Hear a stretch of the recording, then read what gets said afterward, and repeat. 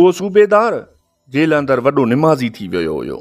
वटसि ڪيترائي क़ुरान शरीफ ऐं वظيفن जा क़िताब ऐं انيڪ दुआउनि जा क़िताब हुआ। राति जो जॾहिं ماني टुकुर खाई सुम्ही पئबो हुयो तॾहिं सूबेदार साहब उर्फ़ لاچار मौलवी वظيفو कंदो हुयो। यासीन सॻوري ज़ोर सां पढ़ंदो हुयो। जंहिं वक़्तु लफ़्ज़ मुबीन ते ईंदो हुयो त मुबीन वॾे आवाज़ सां पुकारींदो हुयो। शायद जेल खां ॿाहिरि हीराबाद में बि ॿुधण में ईंदो हो।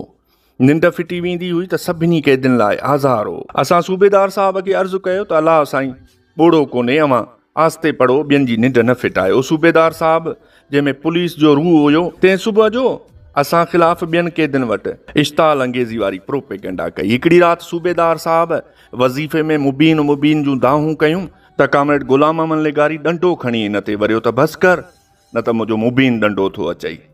पोइ बसि सूबेदार साहब वज़ीफ़नि जी पचर छॾी ऐं टुकुर मानी खाई किरी पवंदो हुयो।